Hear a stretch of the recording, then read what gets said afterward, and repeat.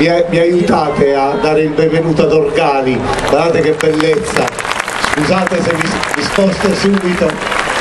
Ma che bello Dorgali, che bello l'abbigliamento, i gioielli, le donne, i Dorgali, gli uomini no, ma insomma sono simpatici.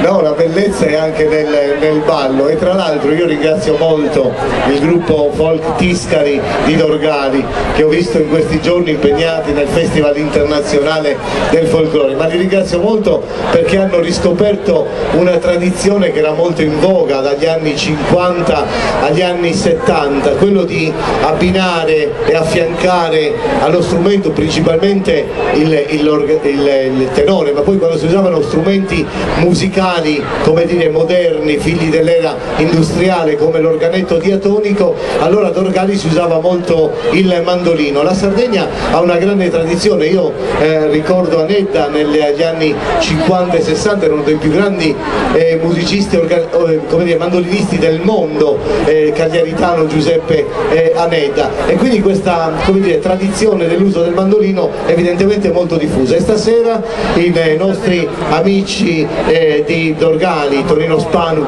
suonerà appunto il mandolino, e naturalmente anche l'organetto diatonico di Tore De Lussu farà la sua parte importante, ma soprattutto donne e uomini del gruppo Tiscali di Dorgali. Prego.